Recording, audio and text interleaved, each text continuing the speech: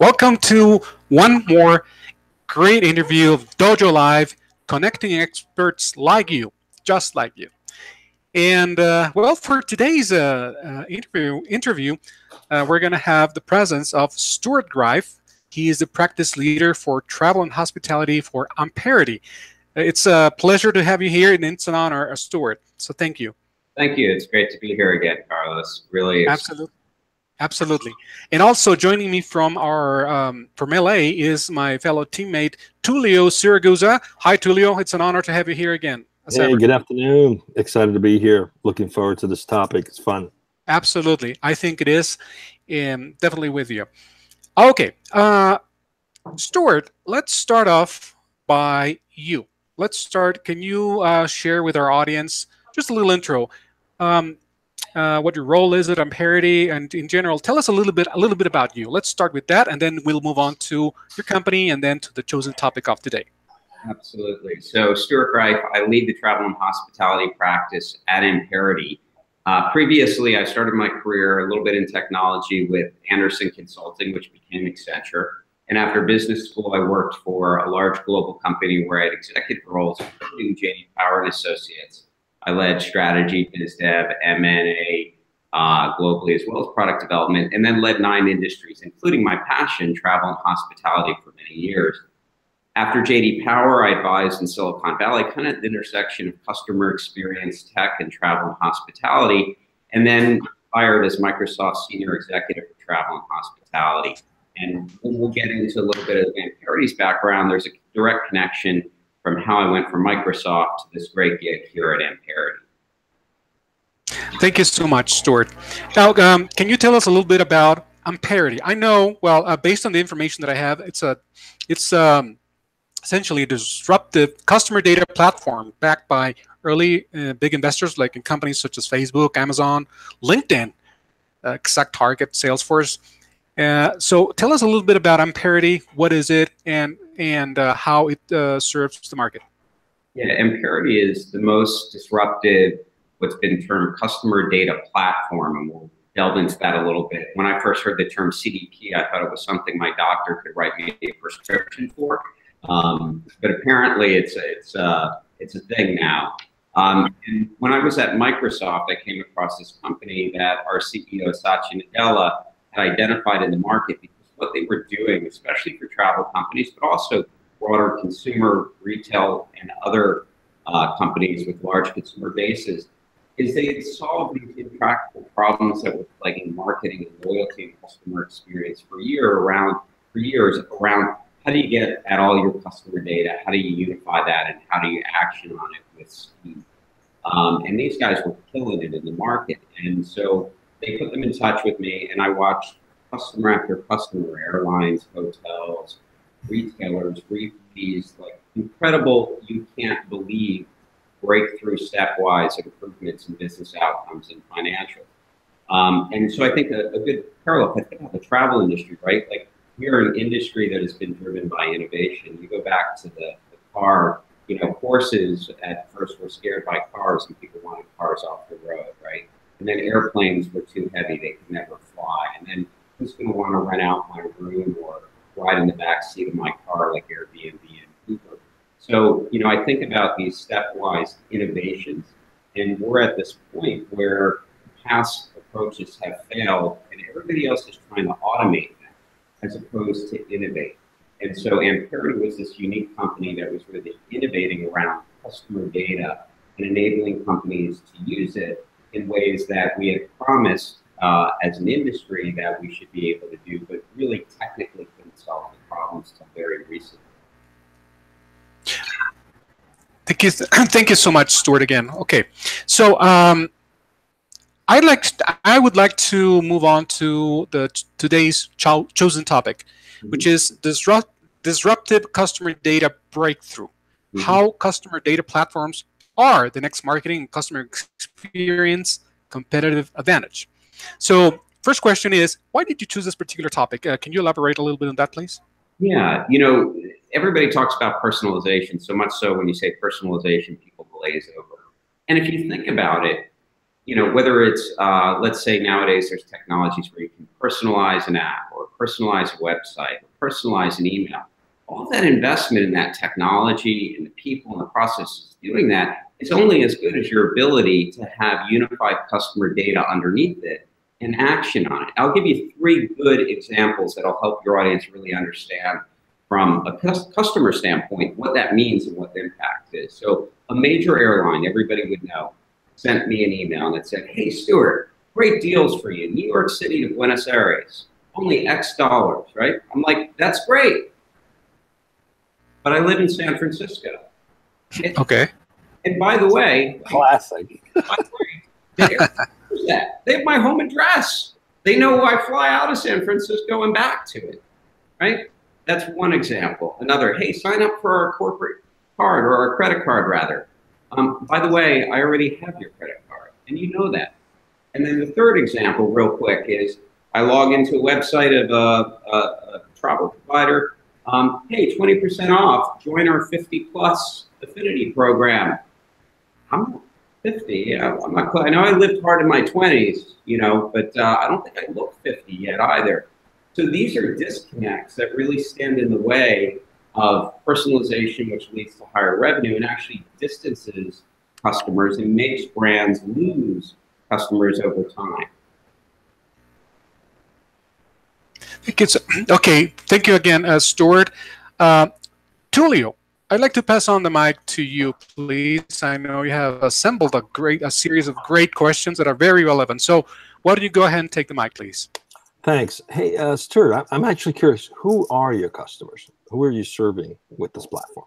So we work with customers like Alaska Airlines. We work with hotels like Wynn Resorts. We work with the Starbucks, Gap, LVMH, big global consumer brands like this. In fact, the scale of the problem is part of the challenge. If you have a smaller company, maybe you've been able to kind of resolve some of this. But these large companies at scale we have customers that have 100 million+ customer records, many of which they actually have high duplication rates. So they might have 10 records of you in their database. They don't know it's all the same person. And they're spending a lot of money marketing to you and putting things in front of you that only reflect a partial understanding of who you are as a complete customer.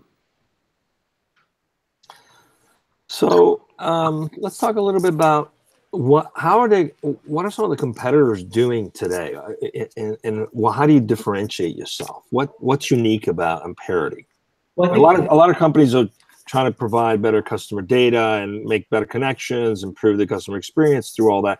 But what's unique about what you're doing? Can you walk us through an example of, you know, where there's value that's created? Yeah, absolutely. In this context setting, I think about there's a recent study about 90% of companies say that a single view of the customer is something that's a critical priority, right? And that includes personalization.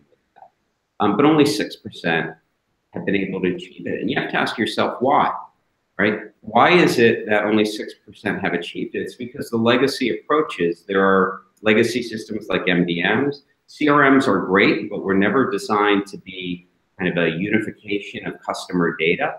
And the approach using technologies, one is referred to as ETL, extract, transform, load. Essentially, the amount of time, energy, and resource it takes to get at all your data, put it together, and ship it out is so much of a constraint that it limits companies. So the example I gave you about, hey, I get a round trip offer from New York City, the airline knows I live in San Francisco.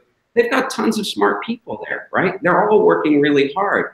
But the effort it takes to get that data that says Stuart Greif lives in San Francisco and get that into a system and on a persistent basis, put that into marketing use cases means that they just can't get to it. They have hundreds of things. So the traditional approach was broken. Many of the companies that are now considered or calling themselves customer data platforms because it's in vogue started as tag management or loyalty offers. And so they created these data models that were based on supporting that first and foremost. Now, the founders of Amperity started with the problem in mind, and they said, we're just going to say, forget about the traditional constraints. Forget about how hard it is to get data out. What can we do with modern computing, and how would we do that from scratch? So there are 4 things that they did that are fundamentally different from anybody out there that's doing it. One, they were able to get data raw as it is in an incredible speed, be able to extract that. So there's no time-consuming ETL or heavy impact on IT. Two, they can unify using machine learning identities at scale better than anyone's been able to do. Three, they're able to provide direct access. So if you're a marketer right now or in analytics, somebody has to pull you a list. You might have to go back and forth. There's time lag. The data's point in time. Most marketers don't have direct access, or loyalty folks, to their own data, much less the ability to do number four, which is to orchestrate it out and send it to your systems of action or into your data lake where your business can actually action on that data. I'm assuming there's a tremendous amount of data ingestion that goes into providing that kind of insight and obviously to enable that kind of decision tree. How are you curating or distilling this information? Is it done within your platform in memory, or is it done in a centralized fashion? And then how do you trigger that back to the front end system or the back end system of your clients? What kind of schema are you using to do that today? That's a great question. In fact, taking the raw data out without ETL, just being able to extract it through API and other methods, the speed of doing that is incredible. We derive semantic meaning, meaning we don't need to know whether something's a date field or it's somebody's name. We're able, just using machine learning, to clean, normalize, to organize that data and store it in a NoSQL database. What that means is you don't have to worry about those schema constraints. It's not a problem. So what does that mean in the real world? If you're listening and you're saying, blah, blah, technology, blah, blah, blah, the difference is we had a senior executive at one of our clients tell her boss in front of us, you know, it took 8+ months for us to stand up the same data, and we failed using one of the legacy players and databases. It took less than 2 weeks in Amperity to do that. So the ability to pull that data out and unify it in our system, the system was actually built for trillion entry scale. If you think about as a customer, every email open, every transaction, right? Every app or website action you took, having the holistic amount of your data longitudinally and being able to store that persistently, right? At scale, you need to build something to explicitly do that. And the existing legacy systems don't do that. And most of the CDPs serve kind of smaller companies where they do a small subset. And Amperity was built with enterprise in mind. It wasn't a, hey, let's go do this and start this little thing, and if it works, we'll do a beta, and then maybe at some point we'll scale it. It was built for enterprise global companies from the get-go. Wow, fantastic. So I'm curious, what's the biggest success to date in terms of your platform, and what are some of the things on your roadmap, and what are some of the gaps that have nothing to do with you today? There's just challenges in the marketplace in general that are kind of holding you back to achieving this sort of ideal environment. Absolutely. Well, we have yet to hit something that stood in our way, knock wood, commercially. So this is, you know, you think about folks that are much smarter than me. So, you know, McKinsey talks about 10 to 30% revenue growth through better personalization. BCG says there's $800 billion of revenue over the next 5 years that is going to accrue to the 15% of companies that get personalization and technology right. On the flip side of that, the threat is, I think Accenture said 40%, this was a recent study by Accenture, 40 to 41% of consumers dropped a brand last year for poor personalization.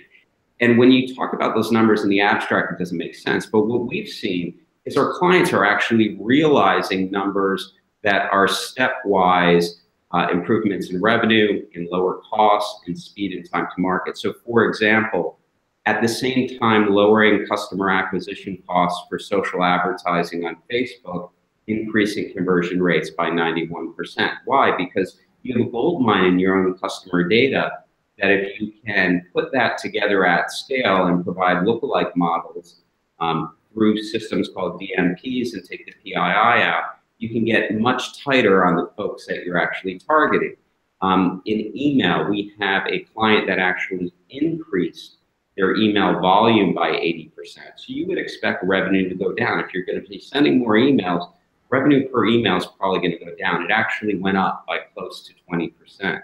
we've seen tens of millions of dollars of additional ancillary sales being driven by a much stronger understanding of using all of your known first-party customer data.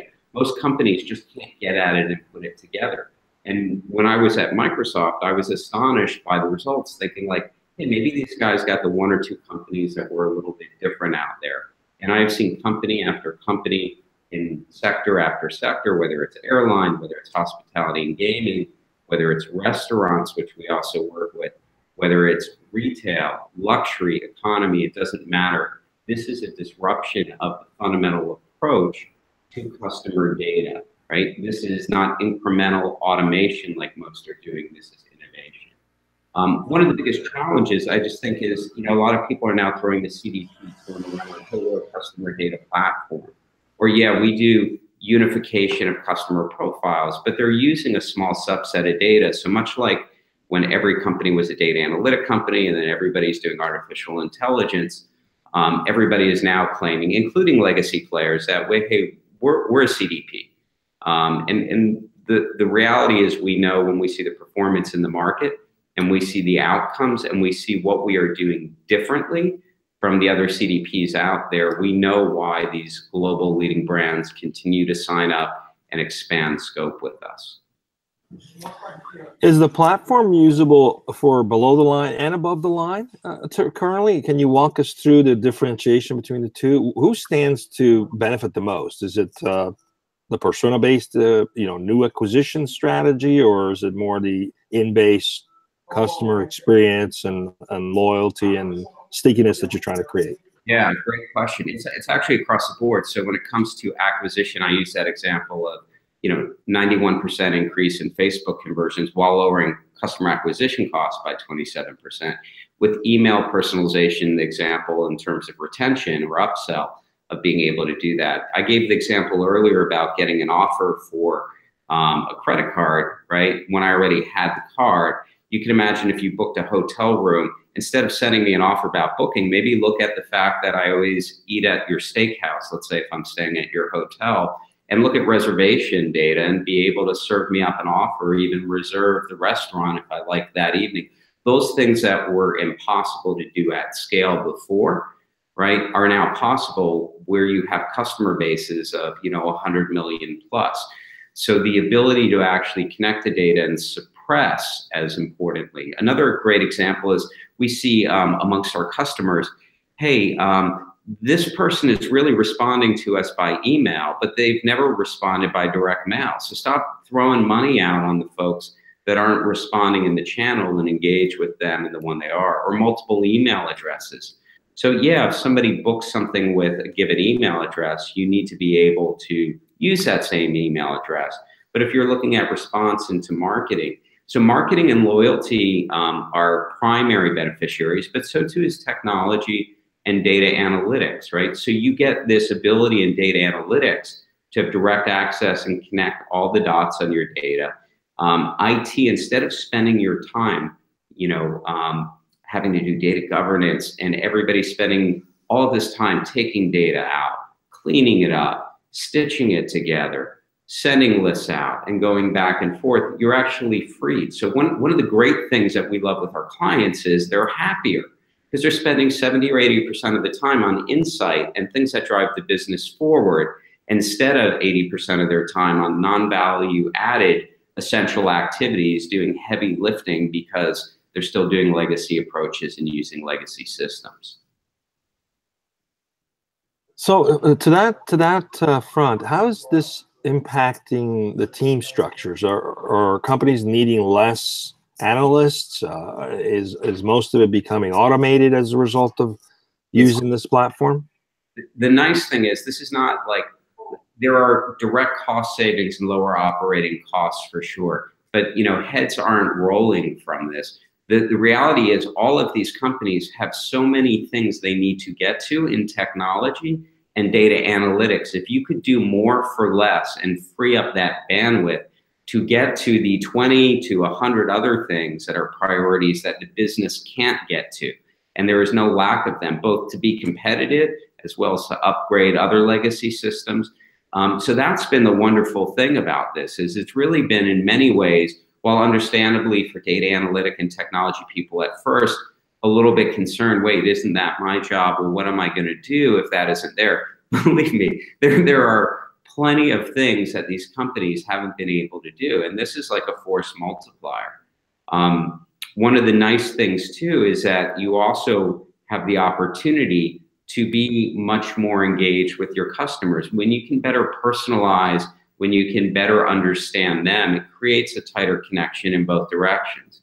Another beneficiary is if you think about APIs tying into this, whether it's a contact center, an in-flight clienteling app, whether somebody at a hotel, the ability to serve up more insight into the customer, into customer experience and operations. Most companies in the travel space are moving to try to get this kind of real-time data architecture because they want to engage with their guests, with their employees in a meaningful way, right? And to have that be relevant.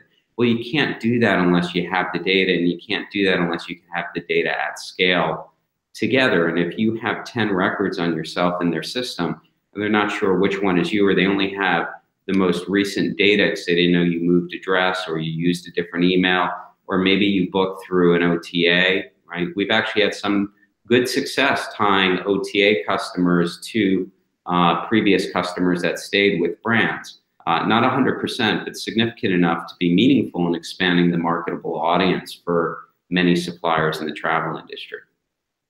Fantastic. Speaking of the data, do you also provide time to third-party data for validation of things like that, or is it agnostic? In other words, the client has to provide its own data sets and so forth. Yeah, no, we absolutely can. We focus on that first-party data, and if you think about, you know, Palantir, Cambridge Analytica, and Facebook with the privacy, right?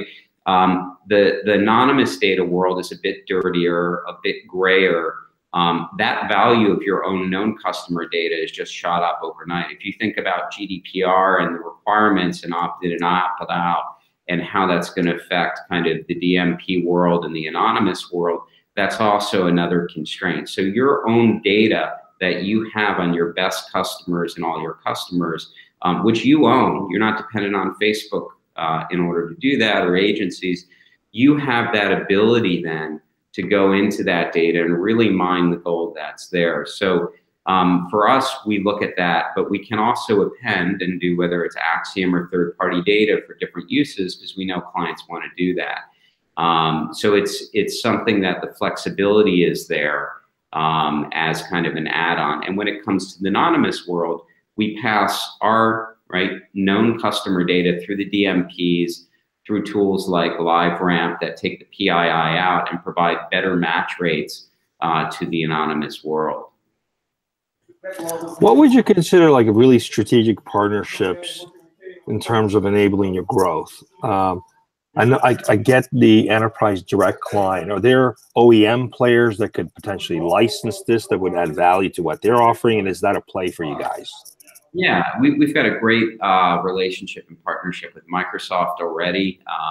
As I mentioned, it's one that Satya had identified this company and reached out to Kabir, our CEO, and there's an ongoing great relationship there. I think as we get into the market, there are all sorts of directions, whether you think about, you know, CRM, right? You think about areas of third parties, you think about the ability to connect up and downstream. Our head of BD was actually Facebook's first BD intern, Rick Armbrust. He had led the Instagram partnership with Instagram founders pre-acquisition, as well as with Dropbox and Waze and others. I should also mention our head of engineering. The team here is extraordinary. The co-founders sold their prior company, right, in less than 6 years, less than $10 million for $100 million plus. And they recognized through that process that as good as their marketing tools and data business they had before, everything hinged on solving this problem around customer data, because all of that investment in technology and people and process was only as good as that. And so we attracted, you know, this incredible talent. Dave Fetterman, who leads the engineering team, was one of Facebook's earliest employees. He was one of 3 engineers that came from Microsoft and Harvard before, as I think Facebook employees 13 through 15. He's here every day leading the team because he understands what a challenging problem it is to solve, how we have solved it, and the opportunity to scale this business. He led Facebook Mobile from 5 million to 500 million plus users.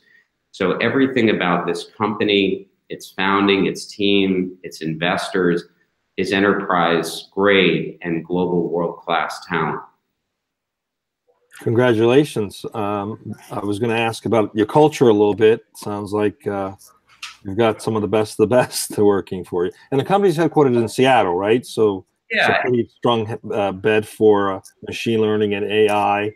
I'm curious about, how does the customer, the end customer of your client, how do they get best served by this? What's the benefit to them, to me as a consumer? And the funny thing is, as a culture, as a company that's fast growth and starting, like, everybody here is down to earth. This is probably, I got the most crap the first day I showed up because I had a suit, and on Slack suddenly it was, hey, everybody say hi to Stuart. You'll recognize him. He's the guy wearing the suit. So by the end of the week, I had my print T-shirt and hoodie on, and got recognized for the quickest transformation from corporate to startup they had ever seen. It really is down to earth. The folks here are extraordinary, but our egos are all in check. We love working with customers, and that's a great part. So you get the platform as a SaaS platform, but we white glove and do everything to make sure our clients are successful. And we love partnering with them. We get huge kudos from them, which makes us feel good about coming in and listening to their problems and understanding it. And so for us, our customers have been a great part of this journey and learning as we're going, because we want them to be even more successful. And the more that we can get close to understanding them and be customer obsessed, the better we're going to be able to provide service for them. So for us, it's really this great eclectic mix. If you come here, it feels, there's EDM music thumping, even sometimes in the mornings. Everybody can bring their true authentic self, which is wonderful, and they bring all of their talents, and it really has created this great vibe of, it doesn't matter whether you came from a corporate, a startup, what group you're in, this real sense of team and mission that we're on. Sounds great. So we're almost coming up on time soon before I headed it back to Carlos. Yeah. What's the end goal? I mean, where's your stage now? Are you at Series C? What's the goal for you guys long term? Yeah, we've been blessed with the investors that we have. We're past our B round, and growth we're on with the clients we're serving is really focused on that. So we know if we do that right, and the end goal is to be what we're doing with these clients to bring that disruptive value to others, because we want these companies to be able to go beyond. We want them to be able to personalize and engage with their customers the way an Amazon can. We want them to get past the legacy constraints and the costs and the frictions that have held them back. It's been decades that we've talked about this kind of stuff, and finally the technology has enabled us to do it. One of the things that I should, before we end, stress that's really unique about Amperity that no one else does is we keep all of the data and we allow companies to flex in the probabilistic nature. What I mean by that is most companies, when they take their customer data, if they're missing keys, and data is dirty and incomplete and not everybody gives you all their right information or different email addresses, if you can't connect the dots on that and they're missing keys, company throw the rest of the data out. Or they say, you know what, Carlos, I'm 95% sure these 10 records are you. I'm going to call that 100, but anything less than that, 94% and below, all that great customer data I have, that could be you. Maybe 3 weeks from now, I'm going to get more data that says you actually moved your address. All that other data gets kind of thrown out. And so they have this one single deterministic view. And Amperity, part of the innovation that is so disruptive and why we get such big outcomes is the ability to flex and say, you know what, we maintain all that data, and we're able to say, we can flex on that. So when you need to be sure, when somebody booked an airline ticket and you got to make sure you get the right ticket and seat to the right email address, we can do that. But when you want to say, you know what, for social advertising to personalize and have better match rates, we're going to flex, and we could drop to 90% certainty and increase our audience by 10x, and that's going to drive a huge amount of personalization that's going to land and drive significantly more revenue. So for us, continuing to innovate, we constantly, and our product team develop new tools for data analytics and IT to be able to look at their data in ways that they never could before and connect dots in ways that customers deserve and that these smart folks really want to do but haven't had the tools because of the legacy constraints. Everybody was trying to automate the traditional legacy approach, and the co-founders of Amperity blew all that away and innovated. Great. So which customers in the travel space could really benefit from this, that desperately need this to improve the way that they serve their customers? Let's get real. Which ones need this the most? I think you look at airlines, you look at hotels, rental car, cruises. You don't have that persistent ability to unify data on an ongoing basis and the kind of speed to value. So all of the suppliers, especially that have been around for a long time, they're trying to compete in a world of Amazon, and they're using kind of old tools. If you're going to invest in this future of real-time data, if you're going to invest in this future of we want to be able to personalize for customers, don't invest your future in yesterday's technology, right? The legacy systems, MDMs, CRMs, right? They haven't been able to solve the problem. If they could have, they would have. There's a reason why only 6% of companies say they've been able to unify the view of their customers, even though 90% say it's important. So just like when we talked about, all great truths begin as blasphemies, you need to solve the problem differently. If you attack it the same way, don't expect a different outcome. I think even the tech companies that are good, that have multiple brands, after they've been around a little while, they might have the data, but their ability to quickly to know, even if you're an OTA, geez, across all these properties I have, do I know which customers are actually using these too, and stop sending emails from 80% of the others because it's drowning out the ability in the two assets you have to really drive business with that customer. So I think traditional players, suppliers the most, but even some of the tech companies that have been around for a bit could stand to benefit. Thank you, Stuart. I really enjoyed speaking with you this afternoon. Thank you for this amazing topic. I look forward to you. Your great folks at i4Travel Monday and Tuesday in San Francisco at the event. So I look forward to seeing your colleagues there and anybody in your audience who's going to be going. Still actually go. It's at the Hotel Nico. I'll be speaking there. A lot of great speakers from across the industry. When are you speaking? What day and what time? The first day, I'm right before lunch, but get there. The kind of keynote kicks off at 9 a.m. and it's a great lineup. So I would say take both days, but I will be there on day one on Monday the 9th. Fantastic. We look forward to seeing you there. My pleasure. Thank you, Carlos. Very nice to see you guys again, as always. Really. Oh, absolutely, Stuart. And well, folks, I think we're about to wrap up today's session, and I think Tulio did an awesome job. I mean, as ever, to pretty much covering all the relevant questions and all the great items of the day. And I'm sure there are going to be more that are going to be popping in the near future. So, folks, if you're watching, if you have any questions for Stuart, you can send them over right here on Twitter. This is my high-tech electronic screen. So, okay, this is very, very high-tech. The latest of the latest, right? Chat box. That's good. Julia, I'm impressed. Exactly. Just send them on Twitter. Send it on Twitter at DojoLIVE, and we'll get them to Stuart. And, well, Stuart, the only thing left for me to do is simply send you a heartfelt, warm thank you for having been with us once again. And we look forward to seeing you at i4Travel next week, right, as you have mentioned. And if there's anything else that you would like us to add to the information that's going to be there on the DojoLIVE website, send it over, and we'll get it out to our audience, everything's going to be in there, folks. dojo.nearsoft.com. So, Stuart, thank you so much. And Tulio, as ever, again, thank you so much for your presence here on DojoLIVE. And we'll catch up soon. Have a great afternoon, everyone. Thank you, gentlemen.